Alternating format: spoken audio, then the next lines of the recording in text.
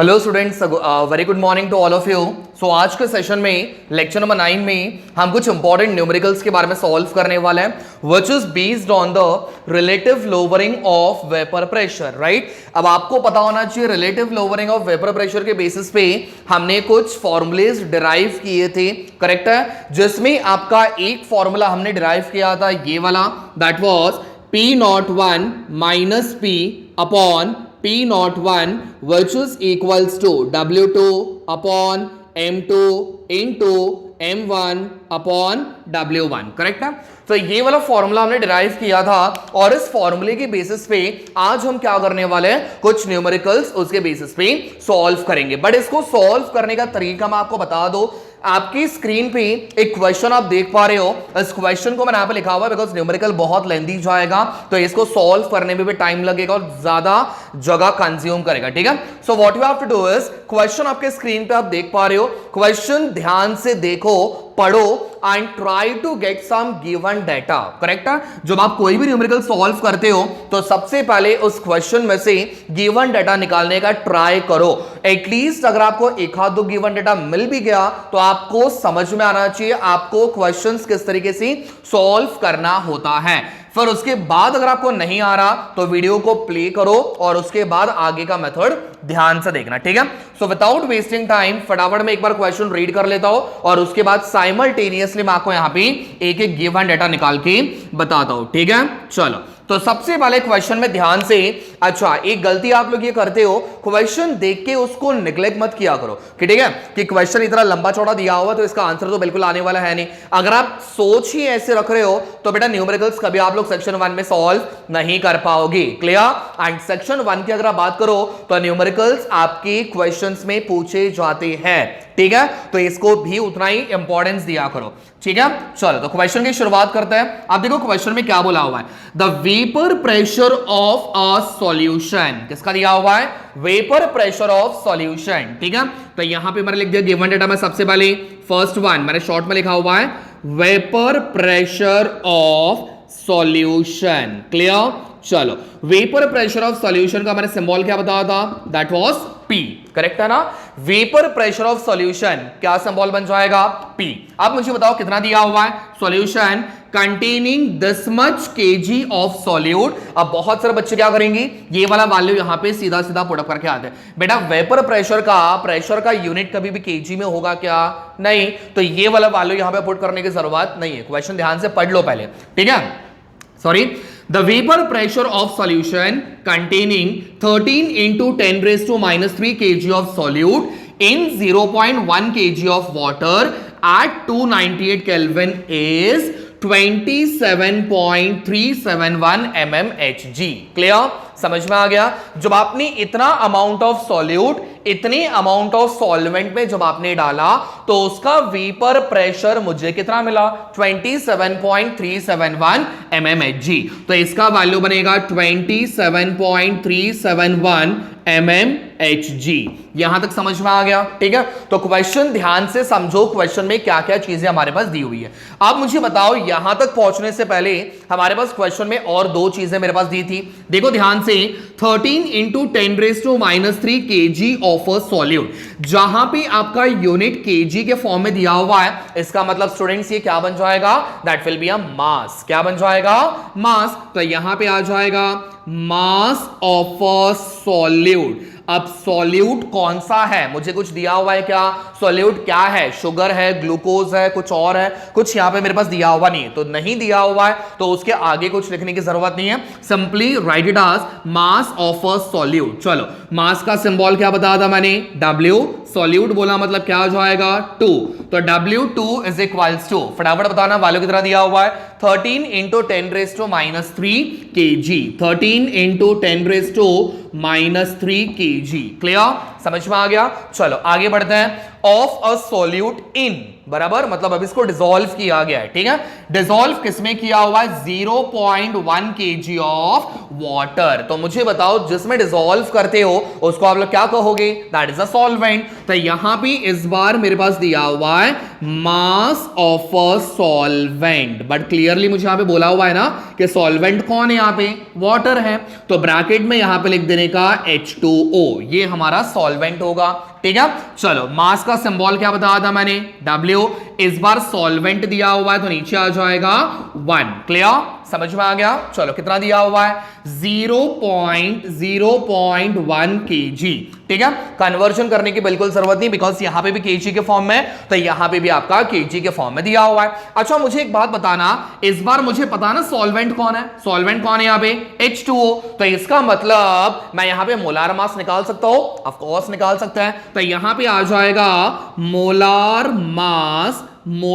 Mass of solvent. Student solvent कौन है यहां पे, दैट इज H2O। अब सर हमें एक बात समझ में नहीं आ रही है, आपने सॉल्यूट का मोलार मास क्यों नहीं निकाला। तो बेटा यहां पे सॉल्यूट कौन है मुझे पता है क्या, नहीं। तो जब तक मुझे वो चीज पता नहीं चलेगी तब तक मैं मोलार मास कैसे फाइंड आउट करूं। अगर मेरे पास भुला हुआ है कि यहां पे आपका सॉल्वेंट H2O है तो उसका मैं मोलार मास कैलकुलेट कर सकता हूं, बराबर। चलो मोलार मास का symbol that is M, solvent बोला मतलब 1।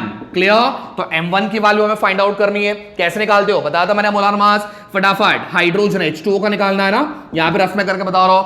हाइड्रोजन 2 बार दिया हुआ है मतलब H इंटू 2 प्लस ऑक्सीजन 1 बार दिया हुआ है ऑक्सीजन इंटू 1। क्लियर, चलो हाइड्रोजन का मास बनेगा 1 इंटू 2 प्लस ऑक्सीजन का 16 इंटू 1। ठीक है, 2 1 2, 16 1 16 विच इज इक्वल्स टू 18। ठीक है, तो ये आपको जबानी याद होना चाहिए, बार बार सॉल्व करके देखने की जरूरत नहीं है। वाटर दिया होगा तो 18 ही आएगा। ठीक है, तो इसका यूनिट बन जाएगा ग्राम मोल इनवर्स। ठीक है, समझ में आ गया। चलो लास्ट वन, मेरे पास एक और चीज दिया हुआ है, देखो लास्ट में ब्रैकेट में मेरे पास एक और चीज दिया हुआ है। क्या दिया हुआ है, vapour pressure of water. Correct है, मुझे बताना वाटर हमारा क्या था, सॉल्वेंट था। ठीक है ना, बात समझ में आ रही है। वाटर हमारा क्या था, सॉल्वेंट था। तो मैंने यहां पे लिखना है वेपर प्रेशर ऑफ, किसका बोला हुआ है, सिर्फ वाटर दिया हुआ है, मतलब मैं यहां पे लिख सकता हूं vapour pressure of pure solvent. क्या दिया हुआ है, H2O। ठीक है, तो ये बन गया प्योर सॉल्वेंट। अब फटाफट मुझे बताना इसका सिंबॉलिक फॉर्म क्या बनेगा, वेपर प्रेशर मतलब P, प्योर बोला मतलब नॉट, सॉल्वेंट मतलब 1। सो P नॉट 1 का वैल्यू मेरे पास यहां पे दिया हुआ है। कितना दिया हुआ है, गिवन 28.065 mmHg। क्लियर, समझ में आ गया। यहां तक किसी को डाउट है, तो ये सारे गिवन डेटास हमारे पास मिल गए। और फाइनली क्वेश्चन में क्या पूछा हुआ है, calculate the molar mass of the solute. किसका वैल्यू निकालना है, calculate the molar mass of the solute. तो यहां पे लिखना है molar mass of solute sorry molar mass of a solute. फटाफट बताना, मोलार मास का मतलब बनेगा M, सॉल्यूट मतलब 2। समझा, तो इसकी वैल्यू हमें फाइंड आउट करनी है, M2 की वैल्यू हमें फाइंड आउट करनी है। फटाफट, अब मेरे पास एक फॉर्मूला दिया हुआ है, कौन सा फॉर्मूला बनेगा, ध्यान से देखना, वहां पे फॉर्मूला लिखा हुआ है। तो formula P01 minus P upon P01 which is equals to W2 into M1 upon M2 into W1। ठीक है, तो ये वाला फॉर्मूला बन जाएगा। अब जरा चेक करना है सारे वैल्यूज हमारे पास गिवन है या नहीं। P01 का वैल्यू दिया हुआ है, यस सर। P का वैल्यू भी दिया हुआ है, W2 का वैल्यू भी हमारे पास गिवन है, M1 भी मिल गया, W1 भी मिल गया। सिर्फ मुझे कैलकुलेट किसको करना है, M2 को कैलकुलेट करना है। ठीक है, अब ये कैलकुलेशन वाला पार्ट जो है ना स्टूडेंट्स, ये आप लोगों ने घर पे एक बार ट्राई करना और मुझे इसका आंसर बताओगे। सिर्फ सॉरी वैल्यूज पुट अप करो, अपने आप आंसर आ जाएगा। फटाफट मुझे बताना P01 का वैल्यू कितना दिया हुआ है, 28.065 माइनस P का वैल्यू कितना दिया हुआ है यहां पे 27.371 होल डिवाइडेड बाय किसका वैल्यू, P01 का वैल्यू चाहिए, same value 28.065 which is equals to, correct है, which is equals to। अब बताओ W2 का, W2 कहां पे दिख रहा है, यहां पे 13 into 10 raise to minus 3, 13 into 10 raise to minus 3 into M1 की वैल्यू, M1 कहां पे दिख रहा है बेटा, यहां पे 18 दिया हुआ है, तो यहां पे आ जाएगा आपका 18 होल डिवाइडेड बाय नीचे मेरे पास दिया हुआ है M2 की वैल्यू मुझे कैलकुलेट करनी है, तो M2 को सेम एज इट इज रखो इनटू बाजू में W1 का वैल्यू कितना दिया हुआ स्टूडेंट्स 0.1, तो यहां पे आ जाएगा 0.1। समझा, ये दोनों को माइनस करना है, माइनस करने के बाद जो भी वैल्यू आएगा यहां पे पुट अप करो, डिवाइडेड बाय सेम वैल्यू रखना है, करेक्ट है। अब इसको सॉल्व कैसे करना है, तो बाय यूजिंग लॉग, ठीक है। तो लॉग अप्लाई कर लो और उसको सॉल्व करना है। अब कैलकुलेशन वाला पार्ट आपने घर पे एक बार ट्राई करो, नहीं समझ में आया तो प्लीज कमेंट सेक्शन में मेंशन कर दो। क्यों? बिकॉज हमने सॉलिड स्टेट वाले चैप्टर में मैंने आपको न्यूमेरिकल सॉल्व करके बताए थे, जो कि मैंने लॉग अप्लाई करके किए थे, ठीक है। तो आप लोगों ने भी कुछ न्यूमेरिकल सॉल्व करना है। गिवन डेटा निकालने का काम मेरा था, गिवन डेटा निकाल दिया, कौन सा फॉर्मूला इस्तेमाल होगा वो भी बता दिया, एंड वैल्यूज मैंने सब्स्टिट्यूट करके दिए हुए हैं। अब एक बार ट्राई करो, नहीं समझ में आ रहा तो प्लीज एक बार वापस पूछ लेना, इसके ऊपर मैं एक अलग से वीडियो वापस बना दूंगा कैलकुलेशन वाले पार्ट पे, ठीक है। समझ में आ गया? फटाफट इसका एक स्क्रीनशॉट निकाल लो, अगले क्वेश्चन के ऊपर जाएंगे फटाफट। ओके तो नेक्स्ट वाले क्वेश्चन के ऊपर जाएंगे। सेकंड क्वेश्चन, जैसा हम लोगों ने फर्स्ट वाले क्वेश्चन को सॉल्व किया था उसी तरीके से आपको मैंने सिमिलर टाइप का क्वेश्चन दिया हुआ, सिर्फ आपके वैल्यूज चेंज किए हुए, ठीक है। ये एग्जांपल्स आपके टेक्सचुअल एग्जांपल्स नहीं है, बट सिमिलर उसी तरीके से आप लोगों ने सॉल्व करना है। पहले इसकी प्रैक्टिस कर लो, सो दैट आपके टेक्स्ट बुक के पीछे के जो क्वेश्चंस रहेंगे ये आप लोग आसानी से सॉल्व कर लोगे, ठीक है। चलो क्वेश्चन क्या दिया हुआ है ध्यान से समझना। Vapour pressure of pure benzene. Student बात समझ में आ रही है? वापस मैंने यहां पे गिवन डेटा निकाल के देना है, कैलकुलेशन पार्ट आपका, ठीक है। Vapour pressure of pure benzene, मतलब यहां पे बेंजीन किसका काम करेगा? सॉल्वेंट का काम करेगा। तो चलो सबसे पहला मेरे पास गिवन डेटा मिल गया। वेपर प्रेशर मैंने शॉर्ट में लिखा हुआ है, आपने पूरा लिखना है। Vapour pressure of pure solvent, correct है। प्योर सॉल्वेंट कौन है हमारा यहाँ पे? बेंजीन। तो ब्रैकेट में चाहो तो बेंजीन लिख सकते हो, चलेगा, ठीक है। चलो सिंबल क्या बनेगा? P01, ठीक है। पिछले बार बताया था P01 कैसे होगा। चलो कितना वैल्यू दिया हुआ है? इज 640 mmHg, तो यहां पे आ गया 640 mmHg। Is that clear? आगे बढ़ते हैं। अ नॉन वॉलेटाइल सॉल्यूट, ध्यान से समझना, a non volatile solute of mass कितना दिया हुआ है? 2.175 इंटू 10⁻³ kg। मतलब यहां पे मेरे पास सॉल्यूट का मास दिया हुआ है ना, तो यहां पे आ जाएगा mass of a solute, correct है। Mass of a solute. अब सॉल्यूट कौन है मुझे पता है कि यहां पे सिर्फ इतना बोला हुआ है, एक नॉन वॉलेटाइल सॉल्यूट है। अगर मुझे पता होता कि सॉल्यूट कौन है तो उसका मैं मोलार मास भी निकाल लेता, ठीक है। समझ में आ गया? चलो मास का सिंबल बनेगा W, सॉल्यूट बोला मतलब 2, कितना दिया हुआ है? 2.175 इंटू 10⁻³ kg। क्लियर? चलो अब इस नॉन वॉलेटाइल सॉल्यूट को हमने क्या किया हुआ है? ऐड किया हुआ है किसके अंदर? 39 into 10⁻³ kg of benzene. Clear? समझ में आ गया? तो यहां पे आ जाएगा मेरे पास मास ऑफ अ सॉल्वेंट। फटाफट मुझे बताना सॉल्वेंट कौन है यहां पे? बेंजीन। ऊपर ही मैंने आपको बता दिया था, ठीक है। चलो मास ऑफ अ सॉल्वेंट, मास बोला मतलब W, सॉल्वेंट मतलब 1, कितना दिया हुआ है? 39 इंटू 10⁻³ kg। क्लियर? समझ में आ गया? अब इसके बाद मुझे बताना मास ऑफ अ सॉल्वेंट। सॉल्वेंट कौन है बच्चा यहाँ पे? बेंजीन, करेक्ट है। तो इसका मैं मोलार मास निकाल सकता हूं ना, तो यहां पे आ जाएगा तुरंत उसके नीचे molar mass of a solvent. Solvent कौन है यहाँ पे students? That is benzene, correct है। अब सॉल्व करेंगे, बेंजीन का फॉर्मूला क्या बनेगा? C6H6, करेक्ट है। कैसे कैलकुलेट करना है? C into 6 plus H into 6, ठीक है। कार्बन का बन जाएगा 12 इंटू 6 प्लस हाइड्रोजन का 1 इंटू 6, ठीक है।